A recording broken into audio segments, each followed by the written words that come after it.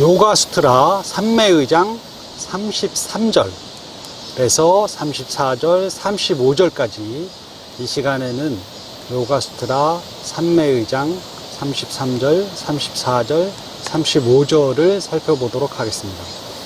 33절에는 친밀함, 동정심, 행복, 이익을 추구하지 않음, 기쁨, 슬픔, 미덕, 사악함, 대상을 지적, 개념, 깨끗한 마음이라는 단어가 있습니다. 이 단어들을 조합해서 문장을 만들어 보자면 친밀함과 동정심과 행복감은 다르지 않는 것이고, 친밀함과 동정심과 행복감으로는 이익을 추구하지 않는 것입니다. 또한 기쁨과 슬픔, 미덕과 사악함에 대해서 그것들을 지적하지 않고 그 어떤 것에도 치우치지 않는다면 의식은 정화되고 마음은 깨끗해져서 마음의 평안을 얻게 될 것입니다. 이렇게 문장을 만들어 볼 수 있을 것 같습니다. 만일 어떤 사람이 친밀함이나 동정심으로 어떤 기대와 보상 또는 물질적인 이득을 바라는 마음이 있다면 그것은 진정한 친밀함이나 동정심이 아닌 남을 속이기 위한 위선적인 나쁜 마음이 될 것입니다. 친밀함과 동정심은 행복감을 불러일으키는 마음이기 때문에 결국 이 두 가지는 다르지 않는 것이고, 친밀함과 동정심과 행복감으로는 이익을 추구하지 않는다. 그건 무슨 뜻이냐 하면 그것을 통해서, 그러니까 친밀함과 동정심과 행복감을 통해서 자신에게 돌아오는 어떤 물질적인 이익보다도 더 보람이 있고 유익하기 때문인 것이다. 그렇게 설명을 할 수가 있을 것 같습니다. 기쁨과 슬픔, 사악함과 미덕이라는 것들, 그러니까 긍정과 부정이라는 상반되는 마음의 요소들인데, 이렇게 이제 두 가지로 대비되는 마음들 중에서 그 어느 한쪽으로도 치우치지 않는 초월적인 마음에 대해서 설명하는 구절이고, 그런 초월적인 마음을 가져야 한다는 뜻이 될 것 같습니다. 이 구절은 혼란스럽고 불안정한 부정적인 마음들을 긍정적인 마음으로 변화시키기 위한 것이고, 대상을 가리지 않고 그 어느 누구라도 친근한 마음으로 대하는 것보다 유익한 것이 없다. 그런 뜻이 되는 것이고, 다시 설명을 드리면 대상을 가리지 않고 그 어느 누구에게라도 친근한 마음으로 대하는 것보다 유익한 것은 없다. 그런 뜻이고, 대상을 가리지 않고 누구에게라도 동정심을 갖게 된다면 마음의 긍정성은 더욱더 커지고 깊어지게 된다는 그런 뜻입니다. 인생을 살아가면서 기쁨과 슬픔, 그런 감정에 지나치게 빠지지 않고 스스로 다른 사람들에게 미덕을 베풀면서 그 베품을 자랑치 않는다면 그것이 곧 진정한 초월적인 마음이자 마음의 평안을 굳건하게 얻게 되는 그런 것이 될 것입니다. 또한 보통 사람들의 생활 중에서 어떤 사람이 인격이 성장하지 못해서 그가 사악한 마음과 행동을 보인다고 해도 그를 불쌍히 여기고 지나치게 미워하지 않는다면 역시 마음의 평안을 얻게 될 것입니다. 그렇기 때문에 진정한 요가 수행자라면 선과 악이라는 대비되고 상반되는 두 가지 마음과 행위에 대해서도 어느 한쪽으로만 지나치게 치우치지 않는 중도라고 할까? 또는 중립적으로 보이는 그런 마음, 초월적으로 보이는 그런 마음을 유지하는 것이 가장 중요하다고 할 수 있을 것 같습니다.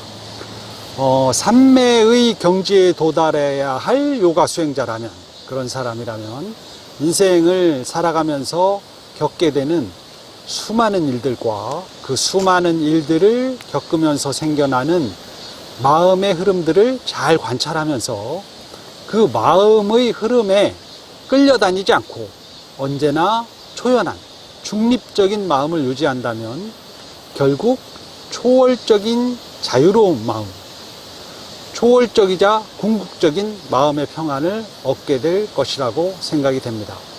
33절은 이렇고 34절을 살펴보도록 하겠습니다. 34절에는 내쉬는 숨, 숨을 멈춤 또는 들이쉬는 숨, 이렇게 이제 단어가 있는데 내쉬는 숨, 숨을 멈춤 또는 들이쉬는 숨, 이 단어들로 또 문장을 만들어 보자면 숨을 내쉬는 것과 숨을 내쉬고 난 후에 잠시 짧게 멈추는 것에 대해서 멈추는 것에 의해서 마음의 평안을 얻을 수도 있게 됩니다. 이렇게 문장을 만들어 볼 수 있습니다. 31절에서는 불안정한 마음과 호흡의 연관성에 대해서 설명해야 했고, 이 구절은 호흡의 안정과 마음의 평안에 대해서 설명하고 있는 것 같은데, 안정된 호흡을 하는 사람은 몸도 마음도 건강하다는 것을 설명하는 구절입니다. 숨을 쉰다는 것은 생명 유지에 절대적으로 필요한 활동인 것이고, 숨을 어떻게 쉬느냐에 따라서 마음의 상태도 몸의 상태도 결정된다고 할 수가 있을 것입니다.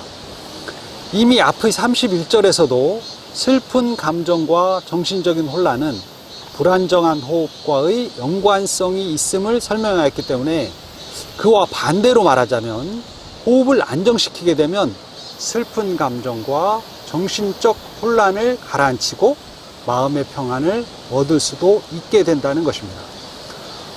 누구나 쉽게 알 수 있듯이 한숨을 길게 한 번만 내쉬고 나도 경직되었던 몸의 긴장이 풀어지면서 그에 따라서 가슴이 후련해지고 마음이 편안해지는 것을 느낄 수도 있을 것입니다. 이렇듯이 마음의 평안을 얻어서 산매의 경지에 도달해야 할 수행자라면 언제나 안정된 호흡을 통해서 마음의 평안을 유지해야 함을 잘 알고 언제나 안정되고 편안한 호흡을 유지해야 된다, 그렇게 말씀을 드릴 수 있습니다. 그 다음에 이제 35절인데 35절은 감각의 대상 또는 사색함, 탄생함, 마음, 상태, 궁극적인 이런 단어가 있습니다. 이 또 단어들을 조합해서 문장을 만들어 보자면, 감각과 감각의 대상에 대해서 사색을 하게 되면 궁극적인 마음의 상태가 탄생하게 됩니다. 다시 한번 문장을 낭송해 보도록 하겠습니다. 감각과 감각의 대상에 대해서 사색하게 되면 궁극적인 마음의 상태가 탄생하게 됩니다.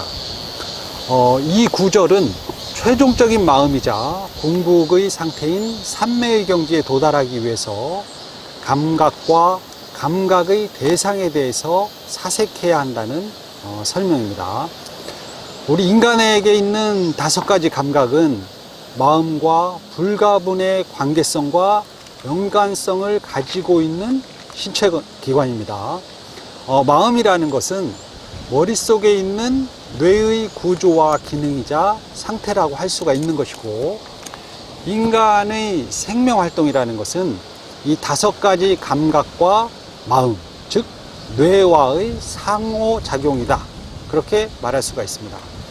5가지 감각은 나와 남을 구분하듯이 자신과 대상을 분리시키기도 하고, 또 반대로 자신과 대상을 연결시키기도 하고, 또 하나로 결합하는 역할을 하기도 하는 것이고, 5가지 감각은 마음, 즉 뇌의 통제를 받기도 하지만 감각적인 활동이기 때문에 마음의 상태를 결정하기도 하는 것이고, 또 마음에서 매우 중요한 기분을 좌우하는 감정들, 즉 기쁨과 슬픔, 공포와 놀람, 기대와 실망, 유쾌함과 불쾌함, 그런 수많은 마음속에서 일어나는 모든 감정들, 그런 것은 감각 활동의 결과일 뿐이다. 이렇게 말씀을 드릴 수 있습니다. 매우 중요한 것인데, 삼매의 경지에 도달해야 할 사람이라면 이렇게 전개되는 감각 활동에 따라서 결정되는 마음의 변화와 흐름을 잘 관찰하고 그 마음의 변화와 흐름을 확고하게 통제하고 조절할 수 있는 그런 사람이어야만 한다. 그렇게 말씀을 드릴 수 있을 것 같습니다. 그러나 이렇게 전개되는 마음의 흐름을 통제하고 조절하지 못하고 보이는 대로, 들리는 대로 그렇게 물차별적으로 입력되는 5가지 감각의 부정적인 속성에 끌려다니기만 하는 사람이라면 마음의 평안을 얻지도 못할 것이고 삼매의 경지에 도달하지도 못할 것입니다. 요가 수행자가 감각 활동과 마음의 연관성을 잘 이해하고 그런 이해를 바탕으로 감각 활동의 결과들을 긍정적인 마음의 요소들과 결합시키게 되면 감각과 감각의 대상과 마음과 마음의 대상으로부터 초연해지게 될 수 있다. 초월성을 얻을 수도 있다. 그렇게 말씀을 드릴 수 있습니다. 또한 그 초연함을 바탕으로 해서 확고하게 마음의 자유를 얻게 되므로 절대성과 초월성을 획득하고 결국은 삼매의 경지에 도달할 수 있게 된다. 이렇게 말씀을 드릴 수 있습니다. 지금까지 요가수트라 삼매의 장 33절에서 35절까지 살펴보았습니다. 감사합니다.